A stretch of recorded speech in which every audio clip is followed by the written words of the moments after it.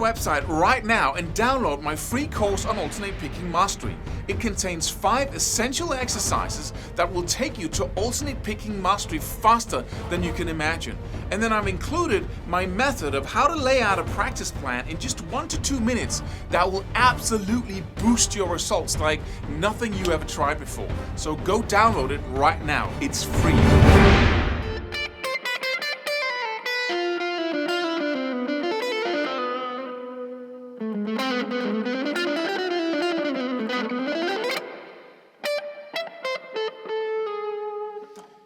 Self-discipline. I wasn't, there's more things to say about it because that's, it's a big subject because, when do you know when you have self-discipline? Well, we know how that looks, right? We know how people with self-discipline look because they do stuff that they don't want to do and then they do it anyway. And then they get the cool reward of doing that. And we all know that we need that sometimes, right? We need to say no to stuff. You need no to the cake and yes to the run. Or we need to say no to sitting in the couch but go practice instead. And I really warmly recommend that you only use self-discipline to get over little barriers of breaking through inertia, of breaking through that little, I don't want to do it, and then you break through. And just on the other side of breaking through, you actually enjoy practicing, right? But you need to push yourself there because on the other side of it, when you're faced with something you don't want to do, that which you don't want to do looks like pain. But then right on the other side of it, it's pleasurable, right? You know what that is. You go for a run, you feel amazing afterwards, right? And I just want to say one thing here. I just want to say one more thing about self-discipline, that it dawned on me at one point that self-discipline is really also about making the best deal with life, right? You want to practice consistently. Also, when you have the low periods, all kinds of stuff is happening, and even when you're stressed at work, that this really helps your stress, but you don't want to do it. You just want to eat and watch TV, right? We all know how that feels, or at least I do. And then you need to develop that ability to push you through those little barriers when you come home tired from where you want to practice, so you can point to the future, man, and then you can say, in 3 months, I want that skill. And in order to get that skill, I'm going to do X, Y, and Z each and every day. If I do that ritual, then I will actually get to my destination. And so we always hit ourselves on the head when we don't do it then, right? We're all fired up the first week or the second week, and then we start, losing our grip on it. The passion starts, going away, and then we don't do it anymore. And then we hit ourselves on the head and say, you can never do it. You can never follow through on anything. And we just feel bad inside, right? And then if you do that enough times, you stop trusting yourself. You stop making plans because, I can't trust myself anyway. I can't, So self-discipline is really the freedom to just create the results you want, right? Even though you have to deal with yourself in the future who doesn't really have the perspective of that amazing goal, who just wants to sit on the couch and do nothing, right? So good deals. Because whenever you are faced with anything, let's just, this is for your entire life, of course, right? But let's say you have a cake in front of you. And if you eat the cake, it's going to be amazing. You just, you love that. But afterwards, you're going to get that sugar rush, and then you're going to be so tired, and you don't want to do anything. And chances are you're going to, be a little short-tempered with your kids, and you're going to not want to practice, and you sleep poorly, and you get fat, and, if you do it every day. So you want to, but isn't life about pleasure, right? Why is it rigged that way, that there's pleasure right in front of you and you can't have it? What a world is that, right? I used to ask myself that question. Isn't it supposed to be pleasurable? Isn't you supposed to just want to practice all the time? But you're not. Because, you used to live in nature and everything was just designed around you to support you. Fruit has a sweet taste because it's good for you, right? But now you got Coke, right? That's not good for you because we designed something that isn't good, but it tastes like fruit, right? It tastes like something that is good for you. So it's pleasure. We drink it and we get all, we ruin ourselves basically. But it tastes like fruit, like something good. So we trick our body. And that's why you suddenly have an urge to do something that isn't good for you. We should exercise. Well, exercise used to be none of a problem. It didn't used to exist, right? Because you just had to go hunting. You had to do stuff with your body all the time, right?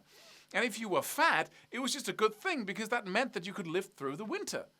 So you are in a totally alien environment where you have to do stuff all the time that you don't feel like doing in the moment. And you have to make the best deal. You have to say yes to the right thing. Not the right thing. Just cut the moral and the rules about this. But it's just a matter of, okay, take the cake. That will give me, if I eat the cake, give me X amount of pleasure, right? Let's say we have a scale from 1 to 10. It will give me, 5. I love the cake, right? Afterwards, it's not so good. It's a -5, right? So it's going to punish me. Okay, then there's the run, right? If that's what we're talking about, I can go for a run. That's really not attractive. But if I do that, if I run those, 3 miles or whatever, I'll feel amazing afterwards. I'll have more energy. I'll be all lightheaded and loving towards my family. All sorts of pleasure comes from. I'll be proud, right? and so that is just, if you take the scale again, say what's the level of pleasure for that? Well, it's 8 or 9, right? So it's a bad deal to eat the cake. Yeah, but it's still what I want to do right now. And that's the trick. Your mind is constantly driven towards what, on a time perspective, gives you the most pleasure now, right? You want it now. And you don't want to push through pain to get something even better. There was a huge study made with children who were given the option to eat 1 piece of candy now or to wait 5 minutes and get 2. And half of these kids, they couldn't wait. They just ate the 1 piece of candy right away. The other group, they waited. They tried to distract themselves. They try to move through the pain of not eating the 1 piece of candy now in order to get something better in the future. And I'm talking future. I'm talking in 5 minutes. I'm talking, you get on your workout clothes, you get outside, you smell the fresh air, and it's already better than the cake, right? But you have to push through that barrier. And that's the whole secret to how much pleasure you have in your life. If you always take the small, immediate pleasure, you are going to be punished like a right? Every day in everything, right? And if you take just a little bit of pain now, you get the huge pleasure. And that's the predicament of the modern human being. When it comes to guitar practice, it's the same thing, right? You can choose to not do it and get the pleasure of not having to exert effort to learn something. Or you can, and sometimes there's no problem, right? You're so passionate and enthusiastic about it, so you just go do it, right? It's the most pleasurable thing, and it's now, right? But sometimes you need to break through. And so how do you do that? Well, you go back and forth between the two enough. That's what happened to me anyway. I was all into the short-term pleasure. Just give it to me. That's how life should be. And why isn't it? It should be, right? I should get all that pleasure, the cakes, the relaxation, the whole thing. And I shouldn't have to push myself through pain. What a kind of a universe or world is that?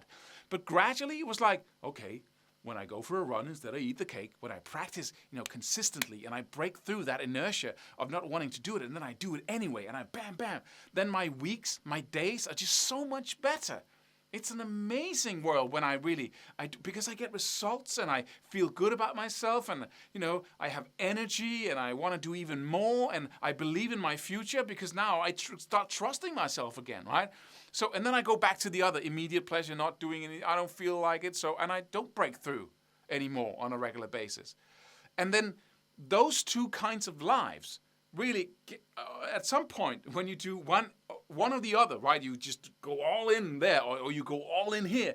Then gradually your brain says, I don't want this anymore. I don't want to live that immediate pleasure life. That's fucking loser life, right? You don't get results. You just, man, right? It's just, I don't want that. I want this over here.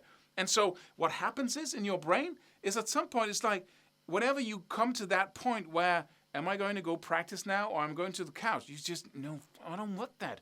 I don't want that life. And then you break through on a more automatic basis because you made a universal, global decision that you don't want that.